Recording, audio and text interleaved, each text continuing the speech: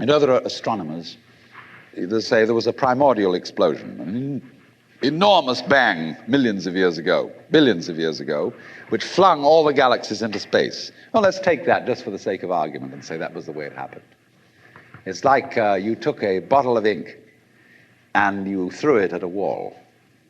Smash, and all that ink spreads. And in the middle, it's dense, isn't it? And as it gets out on the edge, the little droplets are finer and finer and make more complicated patterns. See? So in the same way, there was a big bang in the beginning of things, and it spread. And you and I, sitting here in this room, as complicated human beings, are way, way out on the fringe of that bang. We're the complicated little patterns on the end of it. Very interesting. But so we define ourselves as being only that. If you think that you are only inside your skin, you define yourself as one very complicated little curlicue, way out on the edge of that explosion, way out in space and way out in time. Billions of years ago, you were a big bang. But now you're a complicated human being. And then we cut ourselves off like this and don't feel that we're still the Big Bang. But you are. Depends how you define yourself. You are actually, if this is the way things started, if there was a Big Bang in the beginning, you're not something that is a result of the Big Bang on the end of the process. You are still the process. You are the Big Bang, the original force of the universe, coming on as whoever you are. See, when I meet you, I see not just what you define yourself as, Mr. So-and-so, Miss So-and-so, Mrs. So-and-so. I see every one of you as the primordial energy of the universe coming on at me in this particular way. I know I'm that too. But we've learned to define ourselves as separate from it.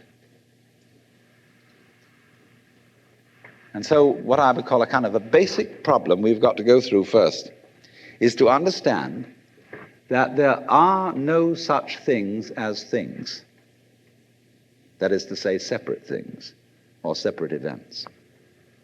That is only a way of talking. And if you can understand this, you're going to have no further problems.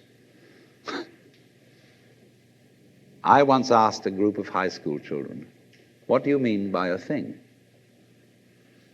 And first of all, they gave me all sorts of synonyms. They said it's an object, which is simply another word for a thing. It doesn't tell you anything about what you mean by a thing.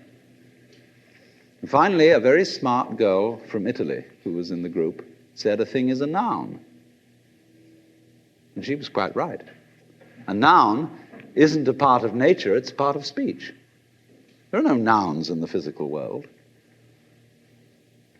There are no separate things in the physical world either. See, the physical world is wiggly. But clouds, mountains, trees, people are all wiggly.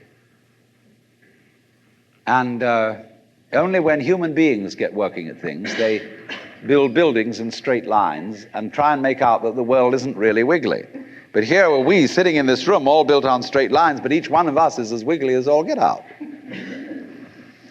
Now then, when you want to get control of something that wiggles, it's pretty difficult, isn't it? You try and pick up a fish in your hands, and the fish is wiggly and it slips out. What do you do to get hold of a fish? You use a net. And so the net is the basic thing we have for getting hold of the wiggly world. And so if you want to get hold of this wiggle, you've got to put a net over it. And I can number the holes in a net. So many holes up, so many holes across. And if I can number these holes, I can count exactly where each wiggle is in terms of a hole in that net. And that's the beginning of calculus, the art of measuring the world. But in order to do that, I've got to break up the wiggle into bits. And I've got to call this a specific bit, and this the next bit of the wiggle, and this the next bit, and this the next bit of the wiggle. And so these bits are things or events. Bits of wiggles. which I mark out in order to talk about the wiggle, in order to measure it, and therefore in order to control it. But in nature, in fact, in the physical world, the wiggle isn't bitted. Like you don't get a cut-up fryer out of an egg. But you have to cut the chicken up in order to eat it. You bite it. But it doesn't come bitten. So the world doesn't come thinged. It doesn't come evented. You and I are all as much continuous with the physical universe as a wave is continuous with the ocean. The ocean waves, and the universe peoples. And as the wave, I wave at you and say, you! The world is waving at me with you and saying, hi, I'm here. But our consciousness, the way we feel and sense our existence, being based on a myth that we are made, that we are parts, that we are things, our consciousness has been influenced so that each one of us does not feel that. We have been hypnotized, literally hypnotized, by social convention into feeling and sensing that we exist only inside our skins, that we are not the original bang, but just something out on the end of it. And therefore we are scared stiff. Because my wave is going to disappear, and I'm going to die, and that would be awful. We've got a mythology going now, which, as Father Maskell put it, we are nothing but something that happens between the maternity ward and the crematorium. And that's it. And therefore everybody feels unhappy and miserable. You know, this is what people really believe today. You may go to church, you may say you believe in this, that, and the other, but you don't. Even Jehovah's Witnesses, who are the most fundamentalists, they're polite when they come round and knock at the door.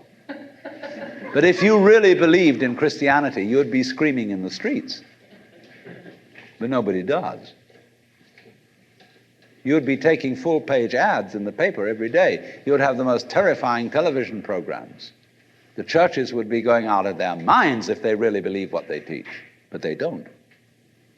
They think they ought to believe what they teach. They believe they should believe, but they don't believe it, because what we really believe is the fully automatic model.